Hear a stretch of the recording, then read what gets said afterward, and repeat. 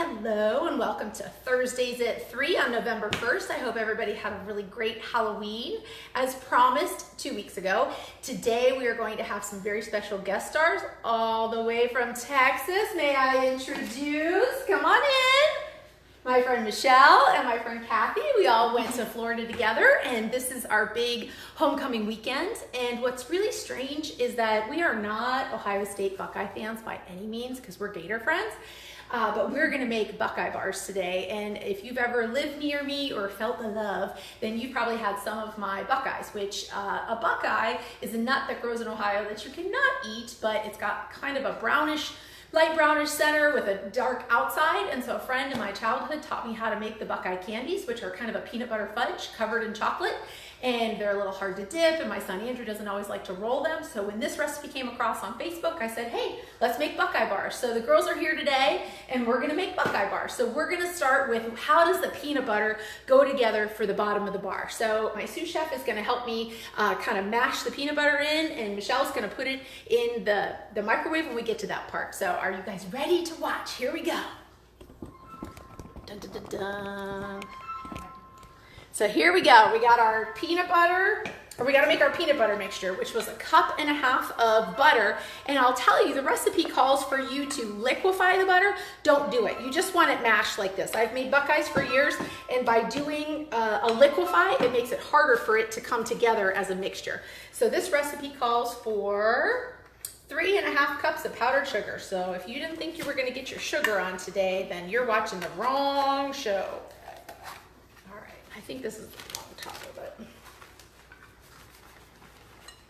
And it doesn't have to be exact. When you're working with flour, you know that has to be exact. But today, we're just gonna wing it with the powdered sugar.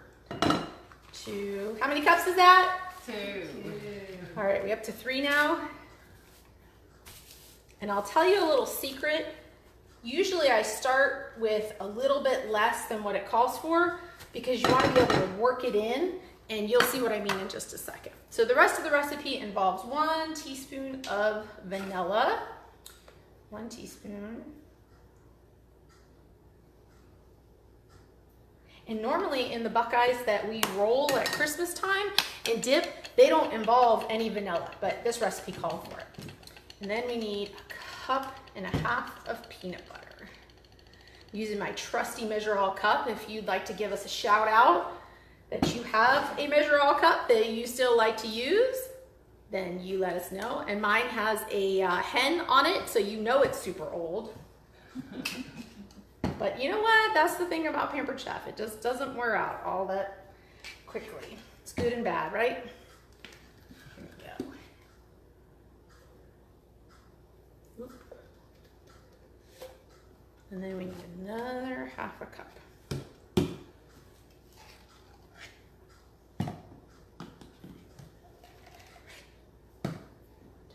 This is almost like a whole jar of peanut butter, just FYI. I think this is a 18-ounce thing of peanut butter. So that should be good enough.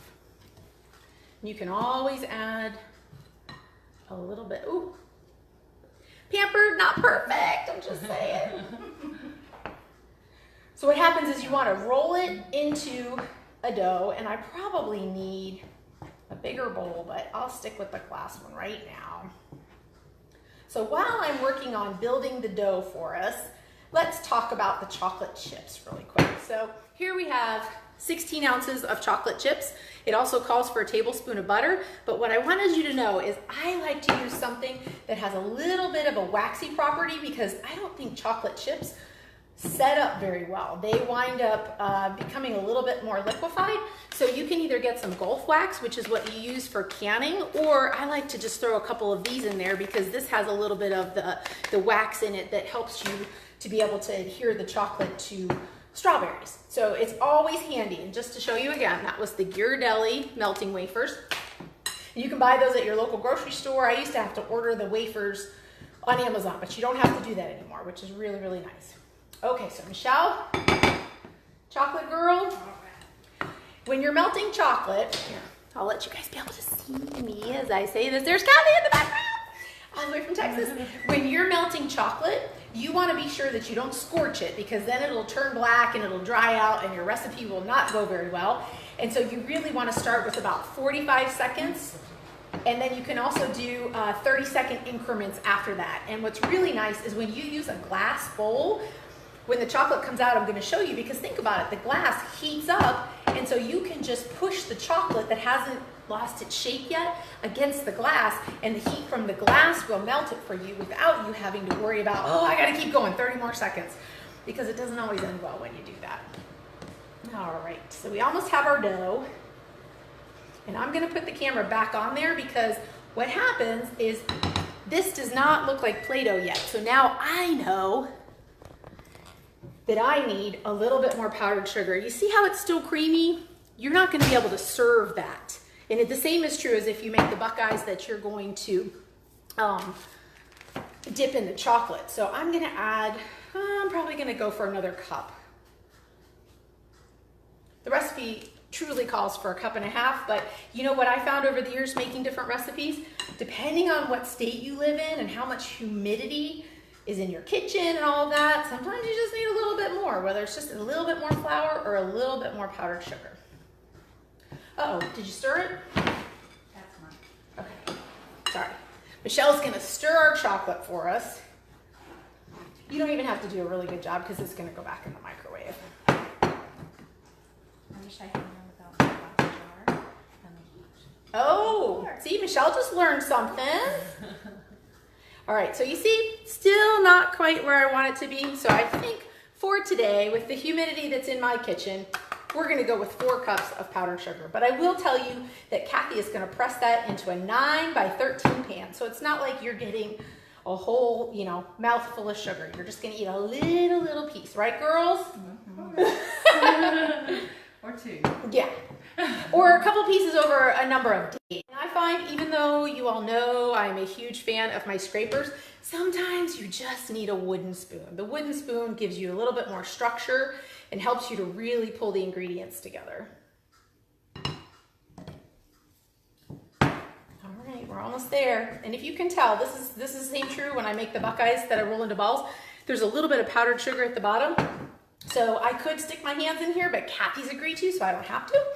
So I am just trying to push a little bit of the powdered sugar into the dough mixture.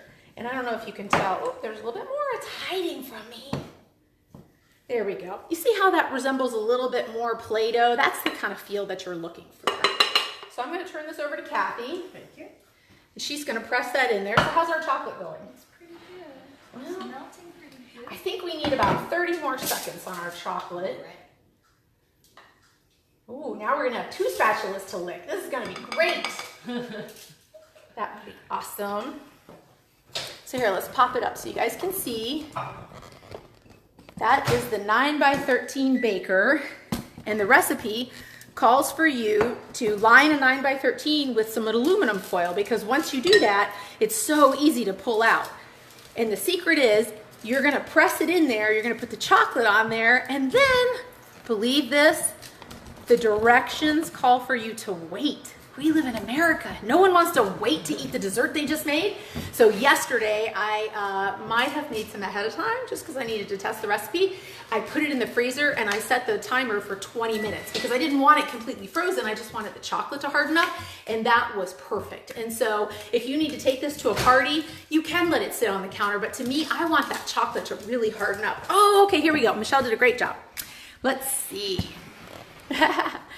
We'll go back to the chocolate. So you see how the chocolate still, you can kind of see a little bit of the chocolate chips in there? That's what I was saying. If you will just push it against the warm glass, it'll lose its shape. And then now we have beautifully melted chocolate. And just to reiterate, if you just do chocolate chips, I can't tell you for sure if the chocolate's gonna set up like it's supposed to. So highly recommend a little bit of Gulf wax or these things that come with a little bit of wax in the wafers. All right. Michelle, would you like to do the honors? I think Kathy did a good job on the chocolate. Here they go. This is as hard as it gets, people. Ooh. And did you know those Pampered Chef scrapers make sure that you get every bit of chocolate out of that bowl? But Michelle, you don't have to today because we may want to lick the bowl when we're done. Because we all need a little treat, right? Very nice. I told the girls, I hope you're wearing your big pants because we're going to make sweets today. Okay. So Michelle's going to finish that off for us. Yay. And now it's time for a little movie magic. Are you ready? This is where we get to just pretend we're Rachel Ray and our recipe, bam, comes out of the oven, already made. So welcome to movie magic. Ta-da! Look at that.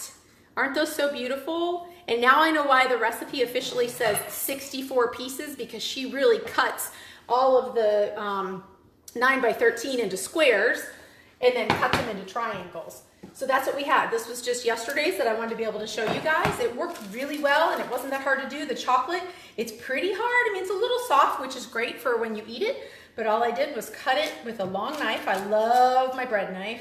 I think I've had this bread knife since probably 1998. And then I cut some squares. And I just think food looks so much nicer when you present it well. So that's why I got out the old Pampered Chef Celebrate plate. And then it holds together really well. So who wouldn't want to show up for a holiday party? You could go to the dollar store. They sell really nice platters now. And these Buckeye Bars are super easy to make and they will definitely be a crowd pleaser. And here we go. That's as hard as it is. So we're headed to Gainesville this weekend to see some friends. And if you're watching this video as you wait in the airport to join us, guess what? We're gonna have Buckeye Bars waiting for you. Yay! So now what do we have to do to make sure they're good? We gotta test them out. Yeah, we definitely have to test it, right? Toast. Yay! If you love peanut butter and chocolate, I wish you lived closer because we would totally share. We don't need to eat them all. But they are delicious and you don't have to worry about trying to dip all of the peanut butter balls. And you still get the great taste. So thanks for joining us on Thursdays at 3. Thank you, Kathy. Thank you, Michelle, for your help today. And go Gators. We're playing this weekend against Missouri, right? Yes. But go Gators and thanks for joining us.